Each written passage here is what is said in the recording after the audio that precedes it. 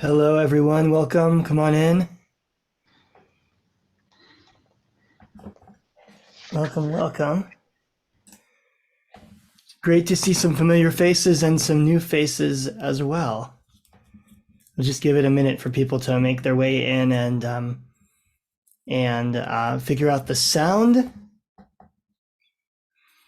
As I often say at the beginning of these things, if we were together, I would provide snacks, but as it is, you'll have to provide your own snacks today. All right, great to see everybody. This is a funny coming together of worlds for me, because I see people that I know from various parts of various pieces of life, congregational, some people from Laasok, some family and family friends. So I'm really thrilled to see everybody and be able to have this conversation today. So I'm Micah Streiffer. I'm the founder of Laasok, and I'll speak a little bit about that, a little bit more about that in a moment. But I thought that really the best way to open this conversation would be with a few good matzah jokes. So let's do that, and then we'll get to the serious stuff. How's that? Okay, ready? Why did the matzah quit his job? Because he didn't get a raise. Okay, why did the matzah go to the doctor? Because he started feeling crummy. Okay, why did the matzah rob a bank? Anyone? Because he needed the dough. What is the best cheese to eat on Pesach? This one might be obvious. Mozzarella. All right, and my personal favorite, I don't know where I got this joke, but I do like it. What do you call someone who derives pleasure from the bread of affliction? A masochist. Thank you. I'll be here all week. All right. Let me say a few words of introduction, then we're going to jump into our discussion. So, as I said before, I know many of you, but for those who are new to our study, I'm Micah Streiffer. I am a rabbi and a teacher and a learner, and I'm the founder of Laasok.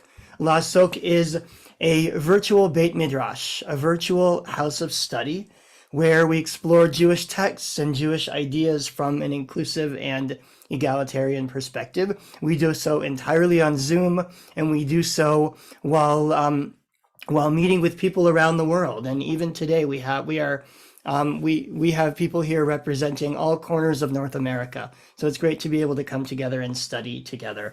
The purpose of study, the purpose of Jewish study, both within Laasok and in general, is to deepen our knowledge of and our connection to Judaism. And so I want to thank those who gave contributions toward this program to help support this work and to help support Laasok. And I want to highlight two quick things that we're doing within Laasok that some of you are participating in, but others might not know about. And one is our weekly Torah study groups. I see some of the Torah study participants here with us. We have two separate groups, one that meets Tuesday afternoons and one that meets Fridays at noon Eastern time, to study the weekly Torah portion each week on Zoom. And we do that through an inclusive and egalitarian lens. The Tuesday group is a beginner Torah study group. The Wednesday is a somewhat more advanced Torah study group, which means that, it's for people who are essentially not beginners. Those are both open. We have great conversations, and I would welcome anybody who's interested to check it out. The other thing that you might be interested in, which some of you know about, is my weekly podcast, which is called 7-Minute Torah. I'm going to put it into the chat right now. 7-Minute Torah is, as it sounds like, a usually short, I just put that in the wrong place. 1 second. Everyone in meeting. Usually short exploration of the weekly Torah portion through liberal Jewish eyes. Usually it's just me talking for about 7 to 12 minutes, finding some kind of insight in the weekly parsha. But sometimes, and I'd say about every 3-4 weeks, I'll do an interview with a Jewish thought leader, another rabbi, someone who's thinking deeply about Jewish issues. And we always have amazing conversations. So if you haven't yet listened to that, I humbly recommend it. and you can find it on any podcast app, whether it be Apple Podcasts or Spotify or wherever it is that you listen to your podcasts. So that's some of the basics of the work that we're doing at Laasok. And I'm actually going to share my screen and share the Laasok website just because it has on it the blessing for study. And I like to begin every conversation, every Jewish text conversation with a blessing for study. So that's the website. But the reason that that's up is because, come on.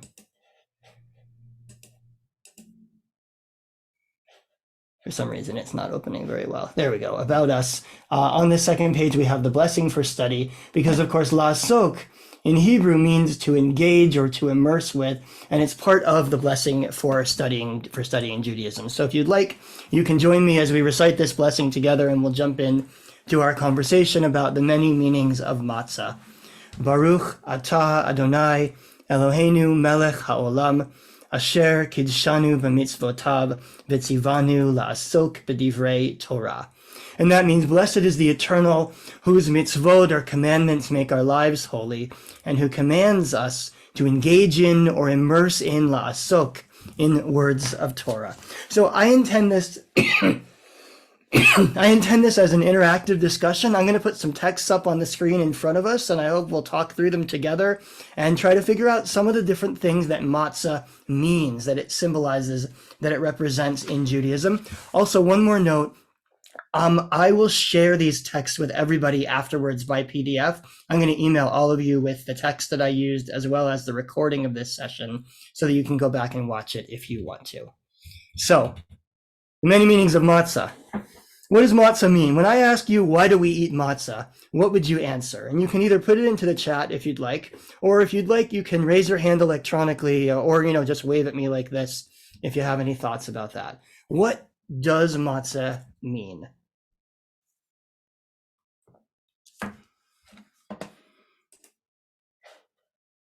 I'm sure everybody's busily typing into the chat. Anne, go ahead while people are putting their answers in the chat as well. Traditionally, it's the bread of affliction. It's supposed to remind us of the departure from Egypt that was in a hurry and the bread couldn't rise. And for the 8 days until we get to Sinai, we eat the matzah in remembrance. Okay, so you raised two different issues. One is this bread of affliction, which I noticed Bob put in the chat as well, right? The issue of matzah as being the bread that somehow represents affliction. And then as you pointed out as well, Anne, that story about the notion that they were leaving and the bread didn't have time to rise. So that's why we eat flat bread that hasn't risen. Bob, go ahead. As long as we've been doing dad matzah jokes, in this last week's parashah, what the priests had to do and what they had to eat involved an awful lot of matzah. And the parashah ended with their having to remain in the sanctuary area for 7 days without going outside. And since there probably were no holy porta potties, all that matzah made it easy for them to handle the 7 days. Indeed. So, a very interesting couple of points. First of all, on the serious point that Bob just made, there is some connection between matzah and holiness and priesthood and sacrifice. We're going to look at that today. You all could have written this stuff, by the way. And secondly, to Bob's point, and Bob is a doctor, so these matters must be on your mind in some way. I'll just show you a photo that my dad, who's also a doctor, who's here on the Zoom, sent me this morning, which I always find appropriate for Pesach. I think it's an important consideration that we all must make during Pesach, the havoc that matzah can wreak on your body. All right, so let's get serious here. you raised three different issues here. And I don't know if Anne and Bob even realize they're raising three different issues.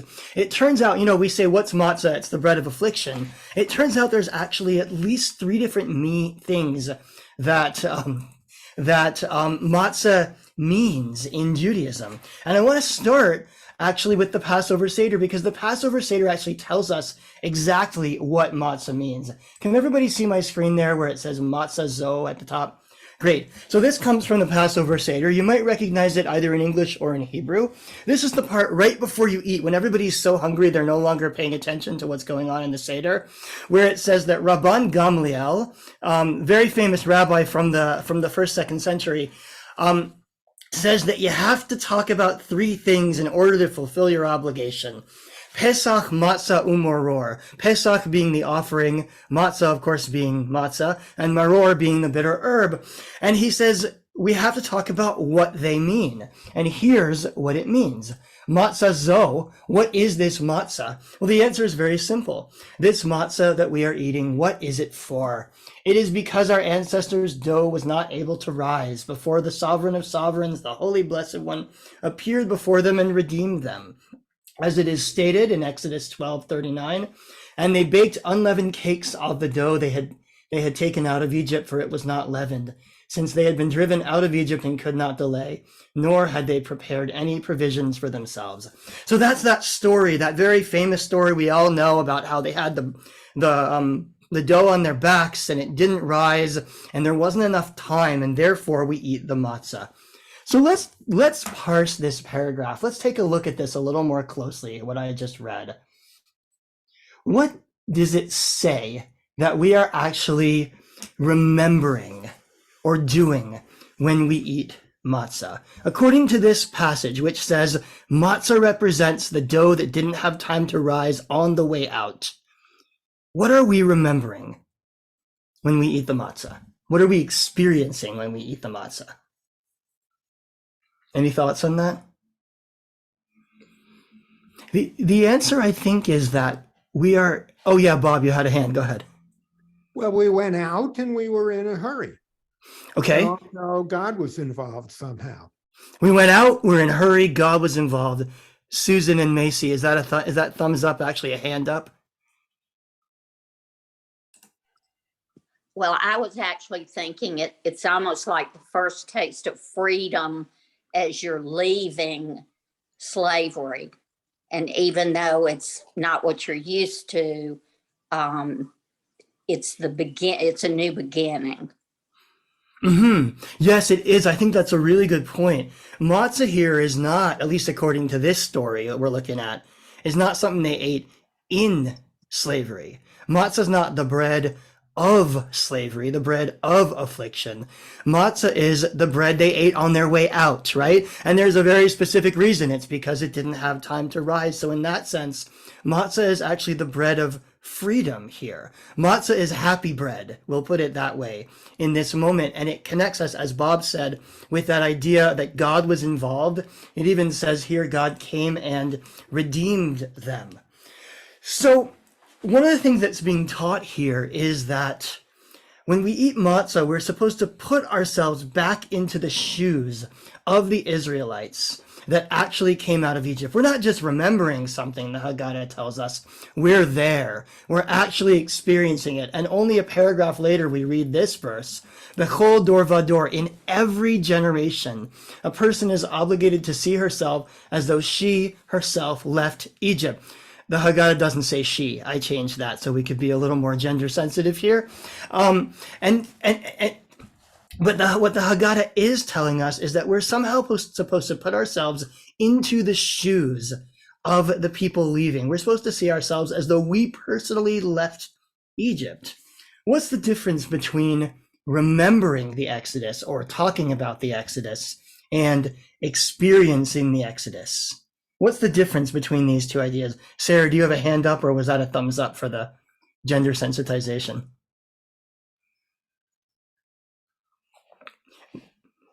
Must not be a hand up. All right, so what's the difference? Oh, go ahead, Phil. Well, one is in the past tense and one's in the present tense. So tell me more. I mean, the Exodus is something that presumably happened a long time ago. Well, So what does it mean? The past tense refers to remembering the story of our ancestors. The present tense means we're going through it today ourselves. And in what sense are we going through it today ourselves? Hadn't thought that far ahead. Fair enough. Anybody want to pick up that thread that Phil just left? Yeah, Dad, go ahead. There's a lot of experiences of oppression, of slavery, of discrimination, that continue to this very day. And so it provides a story upon which we can identify with times that we live in and return to our obligations that, were given in Sinai. Mm-hmm. Yeah, so matzah now becomes not only a tool for remembering something that happened to us, but also a mechanism for recognizing the ways that that story is still repeating itself, that there is still redemption happening in the world today. And I love this passage from Herbert Bronstein. This is in Mishkan Tefillah, the Reform prayer book, right before the Micha Mocha.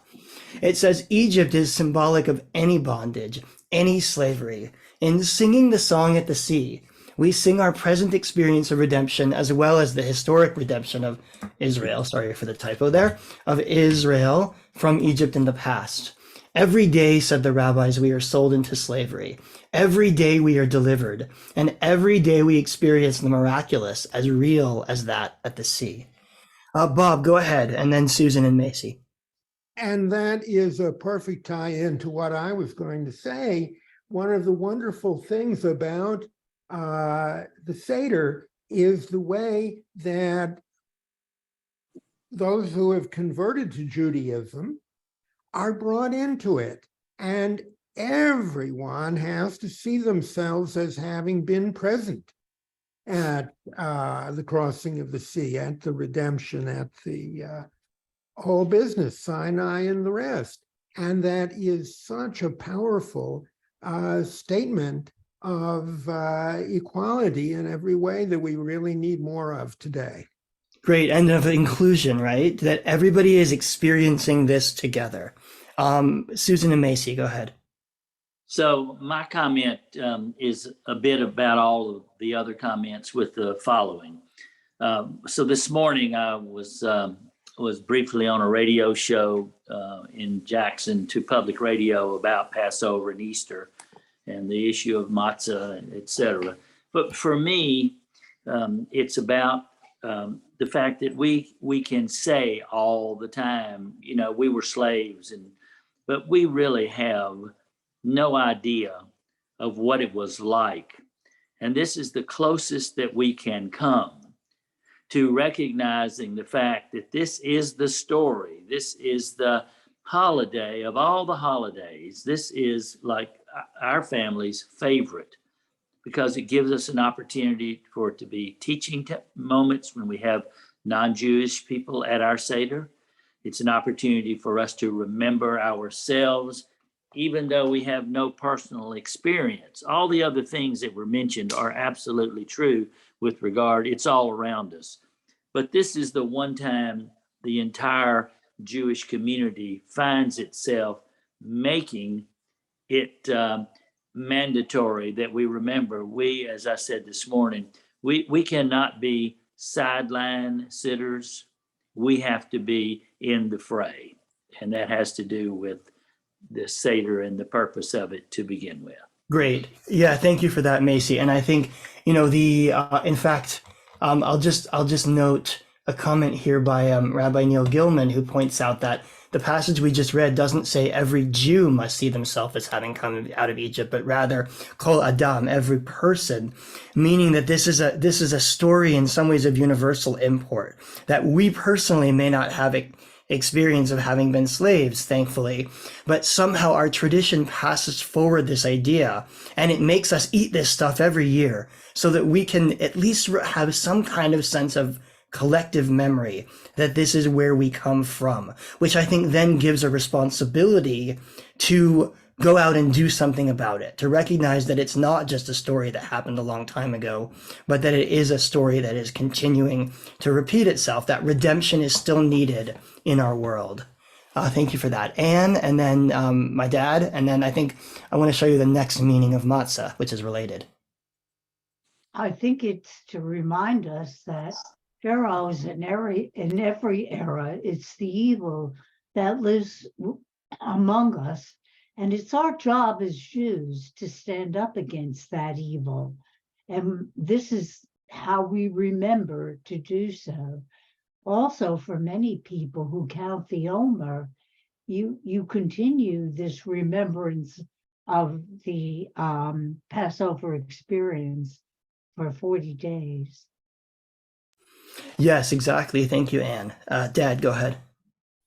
Just to piggyback briefly on prior comments, just wanted to comment that one of my favorite Passover-related albums is called Let My People Go, a Jewish and African-American celebration. It's a mix of Passover songs and civil rights-related songs and African-American folk songs that really meshes the two struggles of Passover and Jews' history with that, particularly of the African Americans of the Deep South.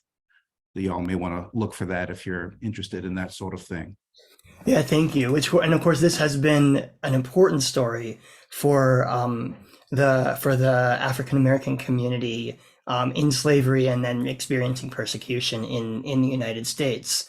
And let me show you something that Ezra Weitzman wrote. Ezra Weitzman is a former president of Israel. I actually met him when I was a university student. He came and spoke in DC when I was a student, and he writes about the personal connection to Jewishness through this holiday. And then I want to segue to something closer to what some of you were just talking about.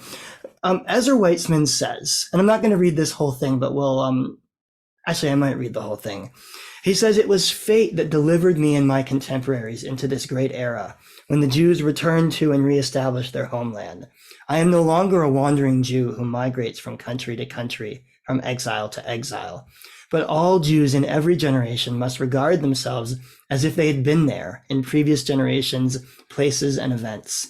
Therefore, I am still a wandering Jew, but not along the far-flung paths of the world. Now I migrate through the expanses of time, from generation to generation, down the paths of memory. I was a slave in Egypt. I received the Torah at Mount Sinai. Together with Joshua and Elijah, I crossed the Jordan River.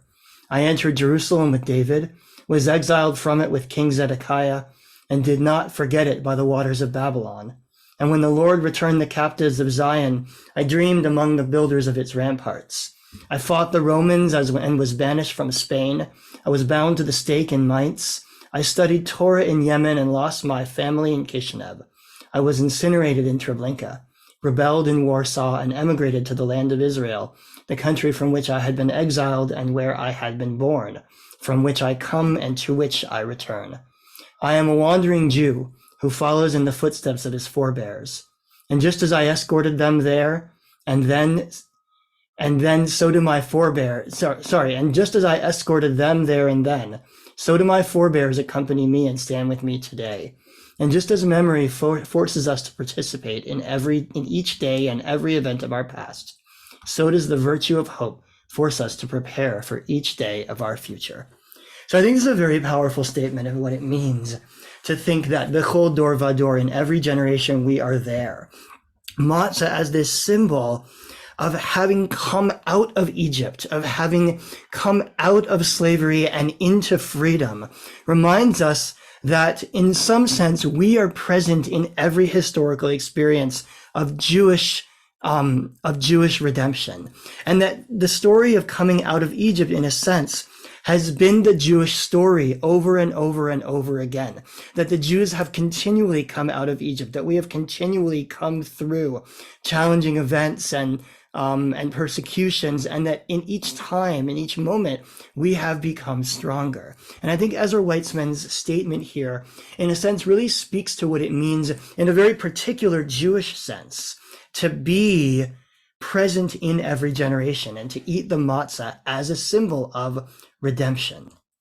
Which brings me to our second meaning of matzah, which is what several of you mentioned earlier, which is that matzah is the bread of affliction. Now, in a minute, we're going to compare these two statements and we'll talk about what the difference is. But let me read the passage, which I'm sure you all know from your Seder. It says, Halach ma'anya, this is the bread of affliction that our ancestors ate in the land of Egypt. Let all who are hungry come and eat. Let anyone who is in need come and observe Passover. This year we are here, next year in the land of Egypt. This year we are slaves. Next year we shall be free. So let's compare and contrast. We've had two statements so far. Now I put in these two boxes. One says, we eat matzah because our ancestors' dough was not able to rise before the sovereign of sovereigns appeared before them and redeemed them. The other says, matzah is the bread of affliction that our ancestors ate in the land of Egypt. What's the difference between these two statements?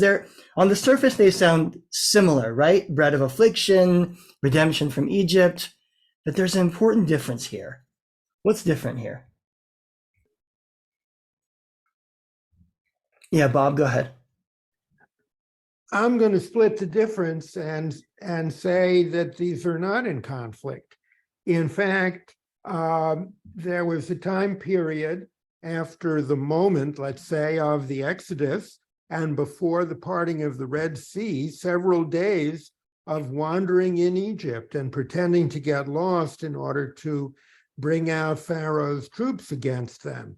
And it was during that time that the bread hadn't risen, and they were eating the matzah while they were still in Egypt in those few days. Hey, if you carry bread around for a week and there's, yeast and fungi in the air, it's probably going to rise. So, all right.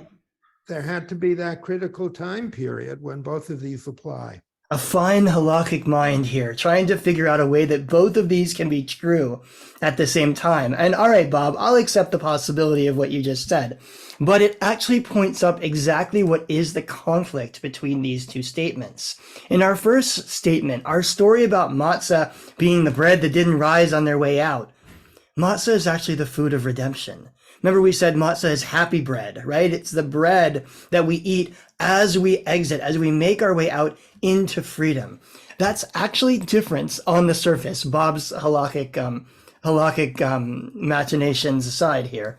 That's different than saying that matzah is the bread of affliction that our ancestors ate in the land of Egypt. That is to say, it looks like we have two different traditions here. It looks like we have a tradition that says that matzah is the bread that we ate on our way out. And we have another tradition that says the matzah is the bread that we ate while we were still slaves. Yeah, Stuart, go ahead. I see your hand up.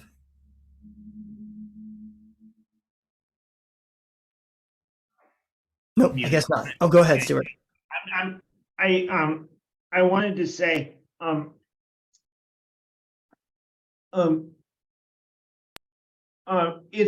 it's a bit of a two-way street. I think that the similar argument can be made when we say we're sitting in Sukkot to remind us to remind ourselves of when we were in the desert for 40 years. I mean, it's a reminder, but it's also a sign of passage, a sign of the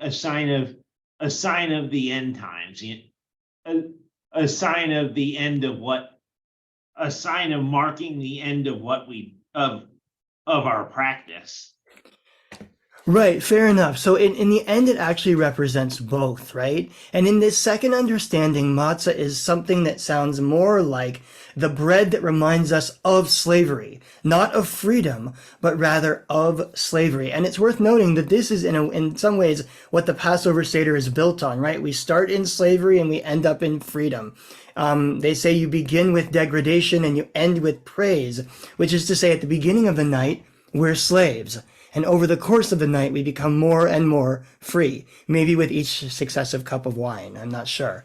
And this is based on this passage in the book of Deuteronomy, where it says that the Passover offering must be eaten with bread of distress or bread of poverty, lechem oni. This Hebrew word, oni, or in Aramaic up here, it's anya, lachma anya, means either distress or affliction or poverty, something bad going on here.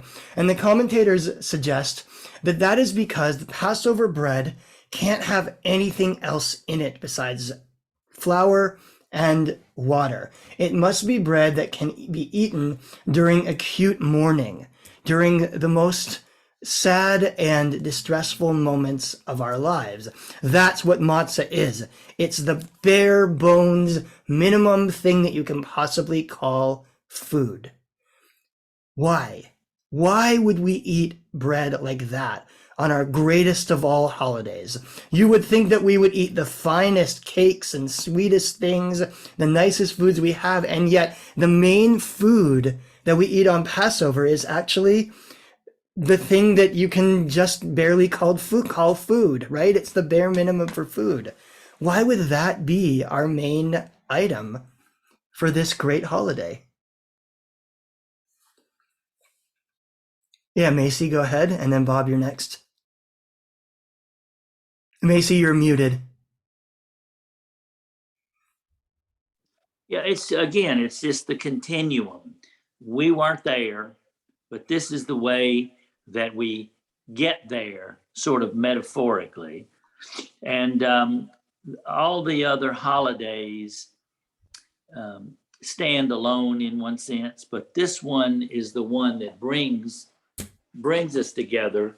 And again, it's the whole idea: bread and water, minimalist, eat it, and it's subconscious in some ways that there's meaning behind eating this. Slavery was awful, and mourning, mourning, mourning is awful. Mm-hmm. Yeah, so we're putting ourselves into these really hard moments then. I see Bob, Rick, Linda, Sarah, lots of hands. Go ahead, Bob. Maybe it's a revolutionary thing, in contrast to a more recent revolution when the elite side said, let them eat cake. And so here we are with the masses and revolting against control. And so we have to eat the simplest of bread. Great. Okay. But maybe both for symbolic reasons and also for utilitarian reasons, because symbolically, we're, like Macy just said, we're reminding ourselves of what slavery and poverty are all about. And also, everybody needs to be able to participate. Not everybody can afford the finest foods. And so to some extent, maybe then matzah becomes the equalizer here so that the holiday can belong to everybody. And I have a comment here. It's from Dr. Alyssa Gray, who teaches Talmud at Hebrew Union College, who points out that the passage we just read is in Aramaic, not Hebrew. And in medieval times, that would have meant that this passage could be understood by everybody. I guess early medieval, sort of Babylonian times, that would have meant that this Lachma Anya passage could be understood by everybody, even those who couldn't speak Hebrew, including, she points out, children and women could in other words, this was meant to be for everybody, not just for the elite, not just the rabbis, not even just the men who were the ones that had the ability to learn Hebrew and study in yeshiva. This was supposed to be for everybody to be able to participate. Dad, go ahead. Well, consistent with that, to me, it seems like it's a statement of humility, which Judaism continuously reminds us about the importance of that. Yes. And actually, we're going to look more closely at that idea of matzah as humility in just a moment. I think it's both universalism in the sense that everyone's included, and also humility in a way that we'll get into. Ron, go ahead. Thanks. Yeah, I guess it also it's for me is like let's just break it down, be very minimalist. Let's break it down to the beginning, and then what are we able to build on top of it? Whether through a Seder, whether through our actions in the coming time. So for me, this is a very this is the elemental building block, and we'll use it as the foundation for what we're going to do next. Oh, interesting. Yeah, so on top of this, you can build lots of things. But this thing has been with us for so long. And in fact, as we'll see in just a moment, eating of matzah, eating of unleavened bread might be actually one of the things that has been with the Jews the longest. One of the things that Israelites have been doing since there were Israelites. And so in a sense, we've been building everything we do on top of this practice for something like 3,000 years. There were a couple hands up. Sarah had a hand up. Someone else. Are there still comments there? Yeah, Rabbi. I'm just thinking the word or the use of mourning. I'm wondering or thinking about when we're sitting Shiva. I mean, which is a egalitarian experience that all of us unfortunately go through. It's interesting to me, when you think Jews and Shiva, you think food, right? And that Pesach is Matzah is the bread of affliction, and for us to remember this period, but also Shiva is should be a universally experienced thing amongst the Jews, and yet that is very sometimes ostentatious experience in terms of food and eating. Yeah, that's very interesting. So this is almost the opposite then, right? Now, look, I think our Passover Seders get ostentatious also. God knows we've got lots of food at these things, but it's interesting that it's then built on something so unassuming, right? That the base of it is something that everybody can participate in. And actually, along those lines, let me show you one more comment here, and then I see Phil's hand. This is from Rabbi Daniel Landis, who points out that the passage we just read, after it says this is the bread of affliction, the next thing it says is, let all who are hungry come and eat, let everyone who is in need come and celebrate Pesach. So in other words, built into this is some kind of a notion of sharing, of what we call in Hebrew hachnasat orchim, which means welcoming guests or being hospitable, which is a very, again, central and basic Jewish value, Jewish mitzvah. And he says, one must greet these guests warmly and with a gracious countenance, besever panim yafot. This is exemplified, here it is, by our holding up the matzah and saying, this is the bread of affliction our ancestors ate in the land of Egypt, directly stating that both host and guest share a common history. The guest is put at ease. So matzah is that great equalizer. It's the thing that, in a sense, brings us all together. Unfortunately, to Sarah's point, not unlike Shiva. We all go through certain things, right? We all lose loved ones. We also all, at least in our mythological sense, we all were slaves in Egypt. And so when we come together around the table, matzah then becomes something that we are all sharing. It equalizes the differences between rich and poor, born Jew and converted, someone who converted. All these quote unquote differences are equalized by matzah, which essentially says, this is our shared history right here. Phil, go ahead. Yeah, I see it a little bit differently. I see it as like the song lyric, you don't know what you got till it's gone. So you had to appreciate the redemption unless you understand what the slavery was in the first place. So the matzah is to remind us you to not take things for granted, because this is always the opposite. Don't take all this great food for granted unless you compare it with the simple matzah. Great. And of course, you can't have anything else till you have the matzah, right? The matzah is the beginning of the meal, except for the karpas, which comes first. But essentially, as I think it was Ron who said, that everything else we're doing here is built on this base of matzah, which I think is meant to breed a kind of appreciation, a sense of appreciation in us. So let's move to that question of humility and appreciation. I want to show you one more meaning of matzah that, again, we've hinted at here, but maybe take it in a slightly different direction. And this is actually, we're going to look not at matzah, but at chametz. Chametz is of course, the leavened stuff. And during this week, we're supposed to get rid of all the leavened stuff in our houses, right? The bread goes, the Cheerios go. Traditionally, you burn it in a fire. I encourage people to give it away, or if if you're going to get rid of it rather than wasting. I know in our house, when the kids were a little bit younger, we used to take, some of the Cheerios and go search around the house for Cheerios and then burn them in the front yard. This is like the divinely ordained bonfire day, right? My kids, the little pyromaniacs, love the day before Pesach because they get to burn stuff in the driveway. So we're getting rid of all this chametz. All the leavened stuff is supposed to go. What's very interesting is that our tradition has placed a meaning on chametz. It has given sort of a value judgment to chametz. And we're going to see what it does. But we actually have to go back even further than Passover, even further than these stories that we've been talking about, in order to understand where this meaning of chametz and matzah comes from. This is from last week's Torah portion. This is a description of the sacrifice in the ancient temple. Those of you who are in my Torah study groups know that the last 2 weeks have been a bit of a slog, right? Because it's been like all sacrifice all the time. How do you perform this and that sacrifice, and the priests splashing the blood in various directions? So we won't rehash all that. But one of the things that we do find is that one of the sacrifices, which is known as the mincha, the grain offering, must be performed in an unleavened form. You can see here, when you present an offering of meal baked in the oven, it shall be of choice flour, unleavened cakes with oil mixed in, or unleavened wafers spread with oil. Just for your interest, there are 4 different ways to present the grain offering in ancient times.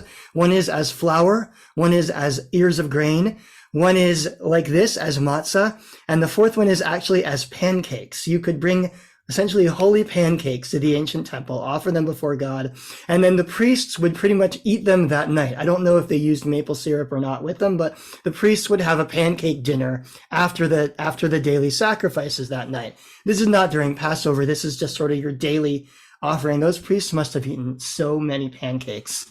But when it's offered in cake form, it must be offered as in an unleavened form. And then we see further down that no meal offering shall be made with leaven. No leaven, no honey may be turned into smoke as an offering by fire to Adonai. Now, this is not about Passover. This is about daily sacrifices. So the Torah is telling us here that when you come to offer a regular sacrifice in the ancient temple, it must be in matzah form, or that is to say, it can't be in leavened form. And lots of people have tried to answer why. Why is this that from time immemorial, sacrifices in the temple were always in matzah form? And I found at least one commentary that said nobody knows, and then another one that tried to make up an answer. So why, whether we know or not is always a question, but academics and rabbis like to make up answers. So I'll give you an answer that has been made up here by the Jewish Study Bible, and for all we know, it's true, as to why must these sacrifices be offered in matzah form. He says here, there is nothing intrinsically unacceptable about leaven and honey. They may be offered, but not placed on the altar. Rather, it's the fermentation of the grain offering that's prohibited, most likely for practical reasons, so that the preparation, offering, and eating of food gifts would all take place within a short period of time and in proximity to the altar. The preparation of leavened cakes would take much longer. In other words, for this daily offering, you needed to do it quickly because there were a lot of them happening. At some point in the afternoon, all these people would bring their daily offerings to the temple, and you don't have time to mix in leavening agents and wait for things to rise. So you simply bring your matzah, you simply bring your unleavened bread, and you get it all offered on the altar, and they would sort of offer one after the other after the other. Is it true? I don't know. Maybe. It seems plausible. But it's interesting in connection with Passover. Why would on Passover we need to use a food? Think completely utilitarian here. Why would we need to have a food that doesn't take very long to make on Passover? Why would Passover somehow be connected with a food that is a quick making food, a quick production food? Any ideas? The Exodus. Yeah, okay. I'm going to suggest it goes the other way around. I think actually the story of the Exodus comes because we're already eating this quick rise, or this quick food. Yeah, Anne, what do you think? I have a different idea here. Chometz is burned and destroyed, usually because it's representative of past life. Now we have new life, and we don't destroy that in the temple, because actually the process of leavening is a one-celled organism, and you don't kill life in the temple. Interesting. Well, except you kill lots of life in the temple, right? All these animals are being killed. But Not chametz. in this, not inside the temple, outside Mhm. Okay, fair enough. Yeah. at the altar. Yep. So just to go back to my point real quick, what is it about Pesach that would require a food that must be made and eaten quickly?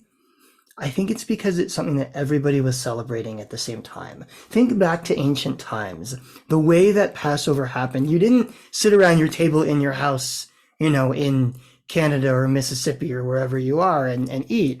You went to Jerusalem, and everybody went to Jerusalem, and everybody brought their lamb, and everybody's lamb got slaughtered and then roasted in the temple and given back to you. And then you would go back and you would have your meal, and there would have been thousands of people eating Passover meals in the hillsides surrounding Jerusalem, in the inns, in the hotels, on the ground, on the Mount of Olives before it was a giant cemetery.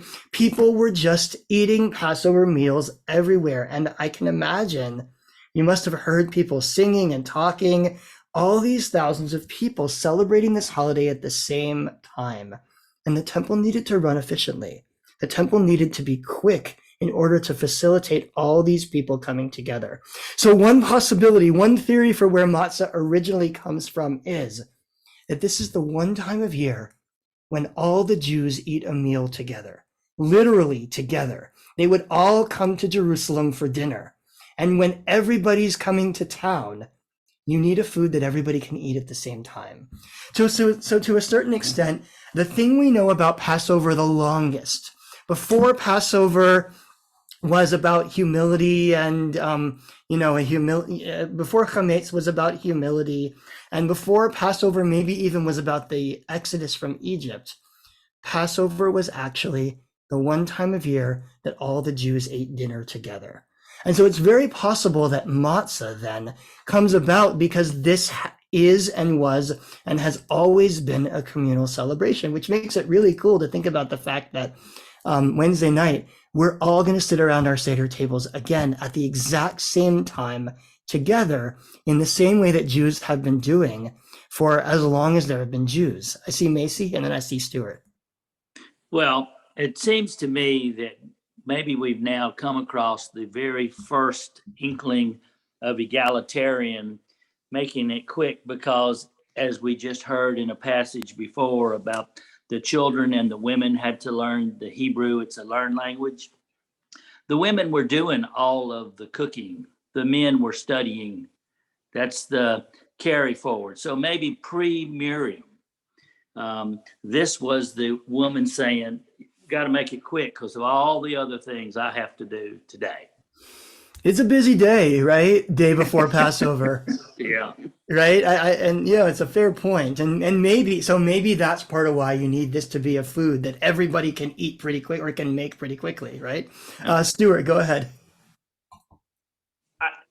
I have to, it's, you're close, but I don't, to me, there's something not quite satisfactory.